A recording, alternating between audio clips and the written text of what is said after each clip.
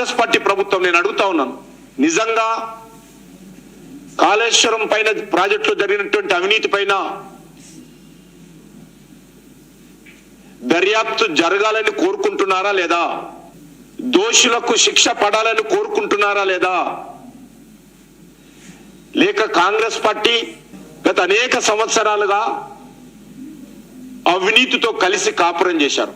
అవినీతికి కాంగ్రెస్ పార్టీకి విడుదలైనటువంటి బంధం ఉంది. స్వాతంత్రం వచ్చినప్పటి నుంచి ఇప్పటి వరకు ఈ రాష్ట్రంలో, ఈ దేశంలో అధికారంలో ఉన్నప్పుడల్లా కాంగ్రెస్ పార్టీ పెద్ద ఎత్తున ప్రజాధనాన్ని దోపిడీ చేసిన విషయం మనకు తెలుసు. కాబట్టి బీఆర్ఎస్ ప్రభుత్వ హయాంలో జరిగినటువంటి అవినీతి పట్ల కాంగ్రెస్ పార్టీకి సానుభూతి ఉన్నట్లు కనిపిస్తుంది. మీరు చేసినా మేము చేసినా మన ఇద్దరం దోపిడీదారులమే. మీ డిఎన్ఏ మా డిఎన్ఏ ఒకటే. మీ పార్టీ మా పార్టీ బొమ్మ బోర్సు ప్రాంతీయ పార్టీలే. కేసీఆర్ వెళ్ళింది మా పార్టీ నుంచే. కేసీఆర్ రాజకీయ జీవితం మా పార్టీ ద్వారానే ప్రారంభించారు. కేసీఆర్ మా పార్టీతో పొత్తు పెట్టుకొని కేంద్రంలో మంత్రి అయ్యాడు, రాష్ట్రంలో మంత్రులు అయ్యారు.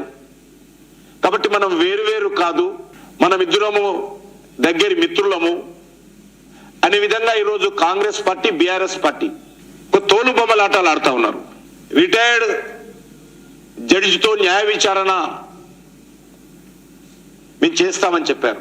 మరి ప్రతిపక్షంలో ఉన్నప్పుడు సిబిఐ ఎందుకు విచారణ చేయించడం లేదని ప్రధానమంత్రి గారిని కాంగ్రెస్ పార్టీ నాయకులు ప్రశ్నించారు కదా. ఈరోజు ఎందుకు సిబిఐకి దర్యాప్తుకు అంగీకరిస్తూ కేంద్ర ప్రభుత్వానికి ఉత్తరం రాయడం లేదో ముఖ్యమంత్రి గారు చెప్పాల్సినటువంటి అవసరం ఉంది. కిషన్ రెడ్డి గారిని నియమించుకున్నటువంటి ఆ కేసీఆర్ బినామీ, కేసీఆర్ ప్రతిపాదిత బీజేపీ అధ్యక్షుడు ఈరోజు చాలా చిలక పలుకులు పలికినారు. ఇప్పుడు కూడా మీరు కేంద్ర మంత్రి, గత 5 సంవత్సరాల నుంచి కూడా మీరు కేంద్ర మంత్రి. నరేంద్ర మోడీ ప్రధానమంత్రి గారి నుంచి మొదలుపెట్టుకుంటే గల్లీ స్థాయి దాకా కూడా కాళేశ్వరం ఏటీఎం, కాళేశ్వరంలో అవినీతి జరిగిందని చెప్తా ఉన్నారు. మేము అధికారంలోకి వచ్చి 1 నెల రోజులు కాలే రాష్ట్రంలో, ఇంకా మీ కేంద్రంలో అధికారంలోకి రాలే. మీరు ఇలా ప్రెస్ కాన్ఫరెన్స్ చేసి కాంగ్రెస్, టీఆర్ఎస్, ఎంఐఎం అనే మాట చంద్రశేఖరరావు గారు స్క్రిప్ట్ను చదివి వినిపించే ప్రయత్నం చేశారు.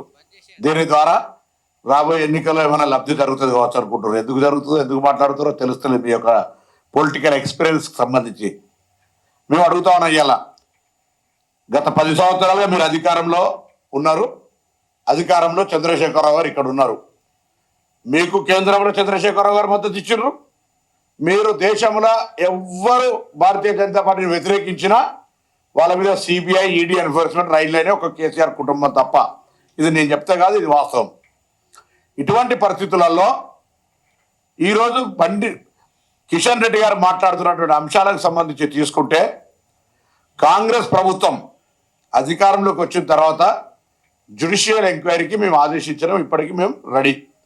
మేము మీ గుడ్ ఆఫీసర్స్, మీ పరపతి, కేంద్ర మంత్రి పరపతిని ఉపయోగించి మీ కేంద్ర న్యాయశాఖ మంత్రికి రాసి మాకు హైకోర్టు జడ్జిని ఇస్తారా, సిట్టింగు సుప్రీంకోర్టు జడ్జిని ఇస్తారా, మీరు వెంటనే ఇవ్వండి, ఆ విచారణ ప్రారంభించడానికి మీరు సిద్ధం.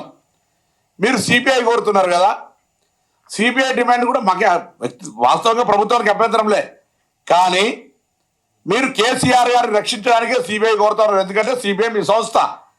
ఇవాళ కూడా మేము రాసినా రాయకపోయినా మీరు కేంద్ర మంత్రి హోదాలో రాసి CBI enquiry వేయించవచ్చు.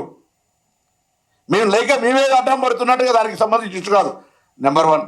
Number 2, CBI enquiry కింద ఎంతమంది సహారా స్కామ్ అయింది, లిక్కర్ స్కామ్ అయింది, అనేక స్కామ్స్ జరిగినాయి.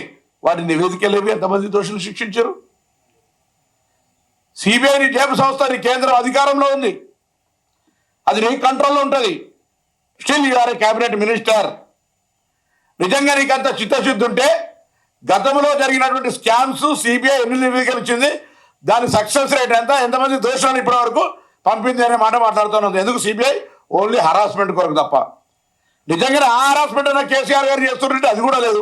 ఏ రాష్ట్రంలో ఏ ఆంక్షలు పెట్టిందని చెప్పి అన్ని ప్రతిపక్షం పరిపాలించిన రాష్ట్రాల్లో కేంద్రంలో బీజేపీ పోయి దాడులు చేసిందండి. అంటే వెస్ట్ బెంగాల్లో మమతా బెనర్జీ వాళ్ళు రమ్మని చెప్పిందా సిబిఐ ఈడీని?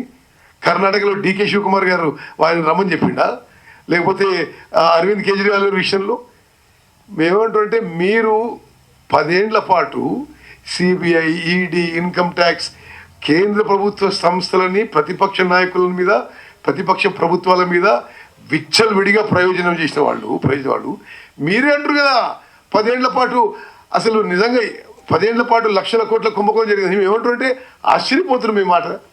మీరు వాళ్ళు కలిసి మీరు కేంద్రంలో వాళ్ళ రాష్ట్రంలో 3500 రోజులు నడిపించిందండి వాళ్ళు. మేము వచ్చి 20 రోజుల్లో పూర్తి కాలే.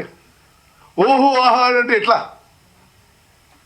ఇది తెలంగాణ ప్రజలు గమనించాలి. ఈ మొత్తం అవినీతిలో బీజేపీ, బీఆర్ఎస్ భాగస్వాములు. కాంగ్రెస్ ప్రభుత్వం పారదర్శకంగా, అవినీతి రహితంగా మేము ముందుకు పోతామని చెప్పి మరోమారు మాటిస్తున్నాము.